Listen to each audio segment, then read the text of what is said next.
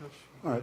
Move for an opening statement, then we'll open up for questions after that. Yeah, I mean, it was ugly out there on our end for sure. Feel bad for number one, Alonzo Gaffney, who came to me a couple of years ago, and you always get a little sentimental about your seniors, but helped get us to an NCAA tournament.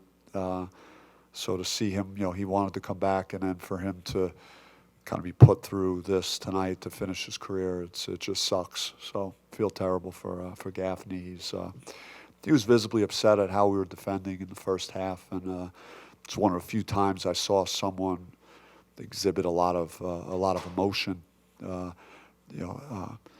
then Frankie, if you watched the last 15 minutes or so, when I wasn't calling something to get the ball in his hands, I was probably calling it for Gaffney, just because I felt like he deserved to be rewarded for how he was competing and how he was trying to make things happen. And outside of that, we didn't do a good job. This is not acceptable for what my vision is for our basketball program. It's just it's not. We're not in a good place right now, and it's a terrible way to end it. And got to get back to the drawing board. All right, we'll open it up to questions. Please raise your hand. We'll bring over the microphone. We'll start right here in the front with Michelle. Coach, obviously, you beat Utah the first couple times, but it was a different team then. Not having Perez to kind of be your post presence and draw defenders to him. What was your kind of game plan to try and combat that? I mean, I thought our best chance to win was and have any success on the offensive end was going to be getting the ball to Frankie where he could penetrate or create a shot for himself or a teammate, and Jemiah Neal and Adam Miller. And those were the guys.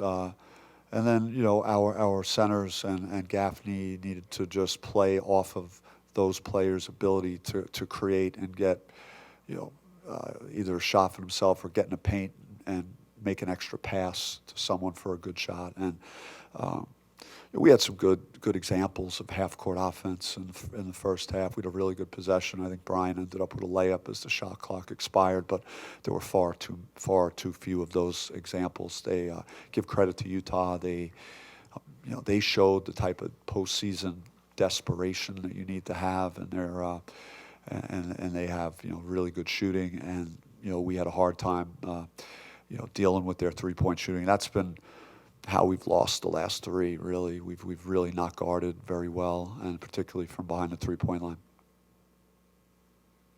Other questions? Right here in the front. Scott Sandilli, Devil's Digest for both you guys, especially for you, Bobby. What does it mean to play in the final Pac-12 tournament, at least of its kind? I mean, you have a vision for something better. That's going to be the lasting memory of us playing in the Pac-12. Wow, I mean that's a terrible, terrible memory. And 9 years of being in this league and coaching in this league, and it's going to be gone. And that's how we chose to go out. It's doesn't feel good. I don't know what Frankie wants to say. The same way. Michelle again here. Frankie, you really played your butt off, played hard every second.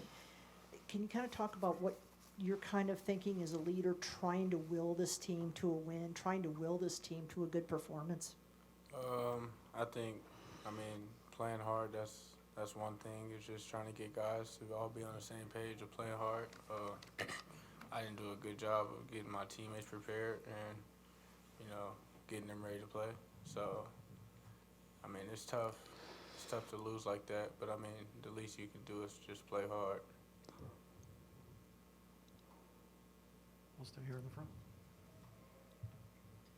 Coach, following the loss to TCU in the first round last year, he told us how that elite level of a game was how the state of the program looked. And now, a year later, as you just said, how it's not looking the way that you envisioned. Where do you think things went wrong?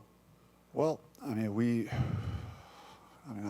we gotta revamp the roster. I have to get on the phone, and I've been on the phone, and I have to encourage people that have the wherewithal to try and support what we're doing. I have to go and you know, especially with this transition, I've watched quite a bit of Big 12 basketball. It's a strong, physical, you know, these games are I mean, it's for men, grown-ass men in that league. So, you know, we have to make some changes. I don't know, I feel like you could say a lot of things about me as a coach, and you could be critical of a lot of areas and different things that you may not like about my coaching style and my offense, my philosophies on defense, my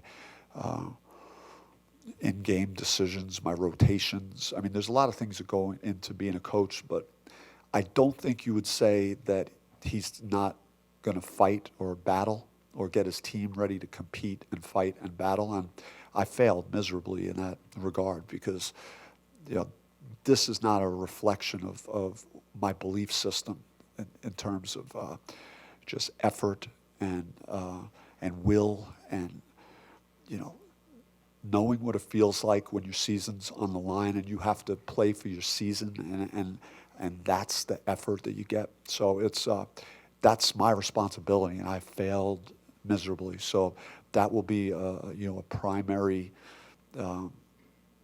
prerequisite as I start evaluating, you know, what needs to get done to rebuild our team. Go to Bruce over here on the far left.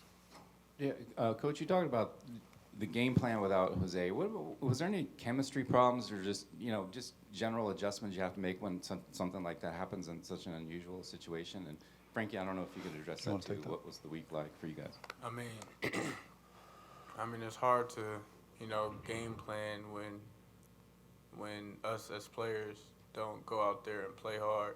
I mean, they can give us the game plan all they want, but I mean, if we don't go out there and play hard and, you know, try and get stops. I mean, if you seen the first half, every time you turned your head, somebody was open. So I mean, you can't really blame the game plan for that.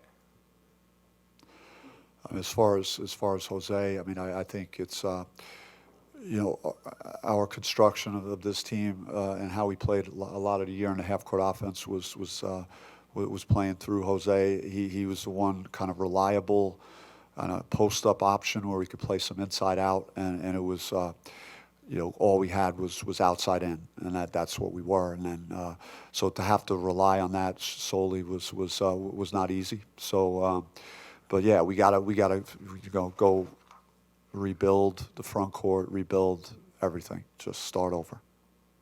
Almost. One last one here, the third row on the far left. Coach Jack Barron, the State Press. What did you see from Akila Watson and Braylon Green you guys could build on next season going into the Big 12? Yeah, I'm not sure. They didn't really get a lot of minutes to show, you know, what they're going to be capable of doing. So that's going to be a tough question for me to answer right now.